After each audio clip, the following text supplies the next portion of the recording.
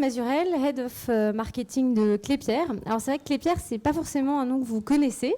Je pense que c'est l'entreprise du CAC 40 qui a la plus faible notoriété. Mais pourquoi ? C'est parce que finalement, ce qui est plus connu, ce sont nos centres commerciaux. On est présent dans 14 pays en Europe avec plus de 150 centres. Et vous en connaissez certainement, les passages à Boulogne, Saint-Lazare, Créteil-Soleil. On en a aussi beaucoup en province, avec Odysseum à Montpellier, Blagnac à Toulouse, etc., Grand Littoral à Marseille, etc., etc. Voilà. Et juste pour, en termes de chiffres, 23 milliards d'actifs pour ces 150 centres. Voilà. Super. Frédéric, est-ce que tu peux te présenter ?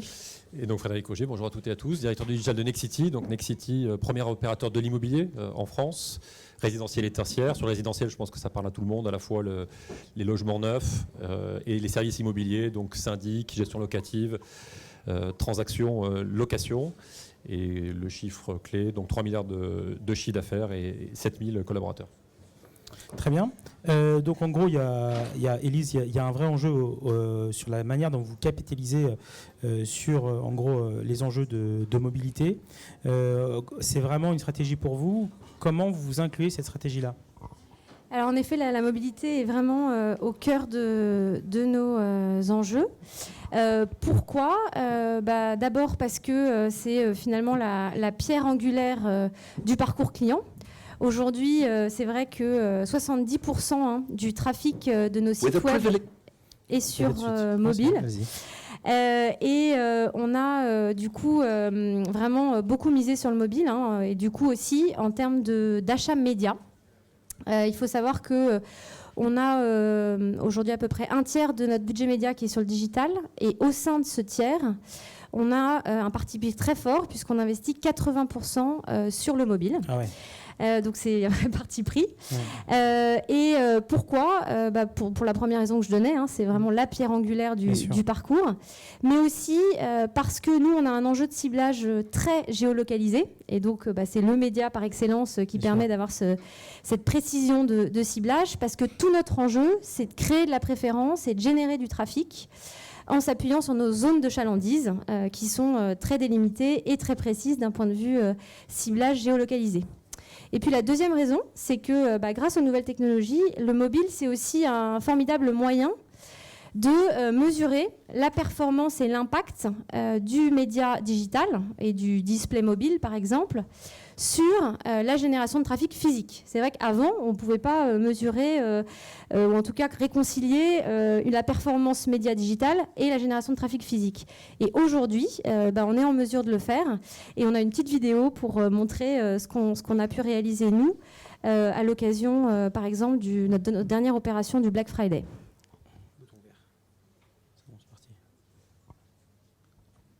With a privileged access to more than 150 million consumers in 16 countries, Klépierre is the European shopping centres specialist. Despite its large number of visitors, Klépierre wanted to increase the traffic to their shopping malls. To demonstrate digital campaigns can increase ROI in point of sale, we convinced them to break with their offline approach and to transform one of their malls into a media incubator, in which we could test the latest technologies.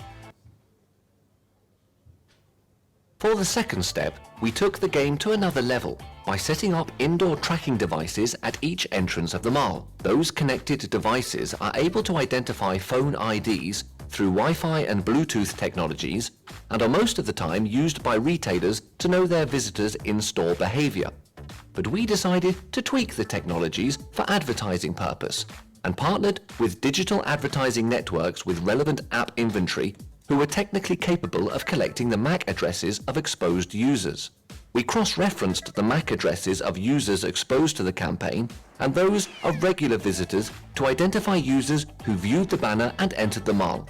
Through a combination of geo-marketing intelligence, relevant ad copies and a tactical use of existing technology, we turned online engagement into offline behavior, generating strong business performance uplift in Klépierre's shopping malls.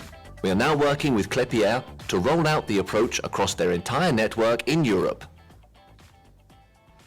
Très bien. Merci beaucoup, Élise.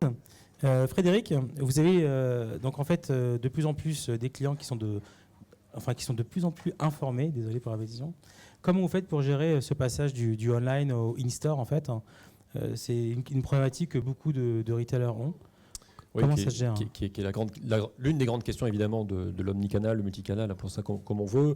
Nous, la particularité évidemment, c'est que tous les clients, ou presque, démarrent leur parcours sur le online. Et donc il y a deux grands enjeux dans ce transfert. Le premier enjeu, c'est de la fluidité, de la continuité. Le client, il a commencé par poser un certain nombre d'informations dans des formulaires pour décrire son projet immobilier. À nous de faire en sorte que l'information est bien transmise au réseau physique pour ne pas faire répéter le client des choses qu'il a déjà partagées avec l'enseigne, avec la marque. Deuxième enjeu, finalement, c'est un enjeu de valeur ajoutée. Il faut que le physique aussi démontre qu'il y a un intérêt finalement à se rendre en agence immobilière, que ce n'est pas une perte de temps et que ça permet au contraire d'approfondir la découverte du besoin du client et donc d'optimiser sa présélection de produits en ligne. Très bien. Je crois qu'il y a une petite vidéo. Ouais, c'est parti. Oui, donc. Alors. C'était la présentation en fait, de notre nouveau concept d'agence immobilière connectée, visible à Paris, dans le 5e arrondissement, rue Monge.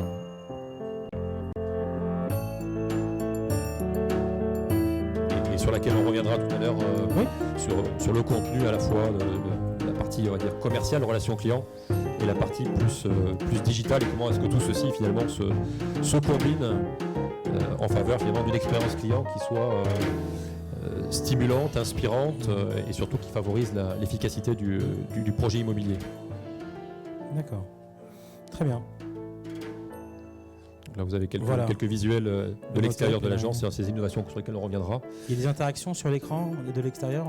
Oui, donc ça, il y a des écrans dynamiques à l'extérieur. Ça permet à toute heure du jour ou de la nuit, je veux dire, de présélectionner des offres, comme on le voit ici. N'importe quelle heure. Super. Par impulsion, vie soudaine, que tout le monde fait. Ça permet de laisser ses coordonnées en dehors des heures d'ouverture de l'agence. On a vu un écran SPR qui permet de décrire les informations aussi de prix, de loyer du quartier. Ça permet de se poser. Et puis un certain nombre d'éléments dans le parcours intérieur sur lesquels on reviendra bien volontiers dans la suite de l'entretien. Très bien. Ok, merci beaucoup. Élise, donc clairement on voit les enjeux data, les enjeux tracking sont absolument centraux dans ce qui arrive. Vous avez mis en place quelques tests, est-ce que vous pouvez en parler un peu avec nous? Oui, en effet, c'est vrai que pour nous, le fait de réconcilier la donnée physique et la donnée digitale, c'est une formidable opportunité de mieux connaître nos clients et du coup de pouvoir beaucoup plus personnaliser son parcours. Et donc, pour donner un exemple concret de test qu'on a pu mettre en œuvre, aujourd'hui, quand les clients viennent dans nos centres et souhaitent se connecter au Wi-Fi, on leur propose de se connecter via Facebook Connect pour être en mesure derrière de leur proposer du contenu et des offres personnalisées. Et personnalisées en fonction de quoi? En fonction notamment de leurs intérêts sociaux, puisque via cet opt-in Facebook, entre guillemets, ils nous donnent de l'information qui nous permet derrière de pouvoir leur pousser du contenu et des offres personnalisées par rapport aux marques qu'ils préfèrent dans nos centres commerciaux. Merci beaucoup. Frédéric, du coup, là on parlait un petit peu de la boutique. Quel type d'expérience vous allez du coup proposer sur ces points de vente? Et quel va être le rythme de déploiement? Avant tout, une expérience humaine, puisqu'on est sur des sujets à fort enjeu financier, fort enjeu de choix de vie pour les clients. Donc il est important, les images que vous avez vues, les premiers mètres sont extrêmement importants. Il faut mettre le client en confiance, il faut bien l'accueillir. Déjà, il y a une hôtesse qui est là pour accueillir le client. Et vous avez vu dans l'ambiance, l'idée c'est de se sentir un petit peu comme chez soi. C'est vraiment un lieu de vie. Un lieu de vie, c'est ça. Propice aussi à ce qu'on puisse partager des informations un peu plus personnelles, plus intimes sur son choix de vie, parce que c'est ça qui est important de bien connaître pour bien accompagner le client dans son choix immobilier. Très bien. Élise, vous travaillez en partenariat avec Microsoft là, sur un écosystème, avec leur écosystème de start-up. Qu'est-ce qui est mis en place et est-ce que vous pouvez partager un peu cette expérience? En effet, en termes de stratégie d'innovation, on a décidé de s'associer à Microsoft pour plusieurs raisons. Ce n'était pas notre métier d'origine en tant que foncière immobilière. Et donc, on s'est appuyé sur un partenaire qui connaît ça très bien, qui nous aide à la fois à sourcer les startups, qui nous aide à les choisir aussi, et qui derrière les intègre dans leur programme d'incubation Azure.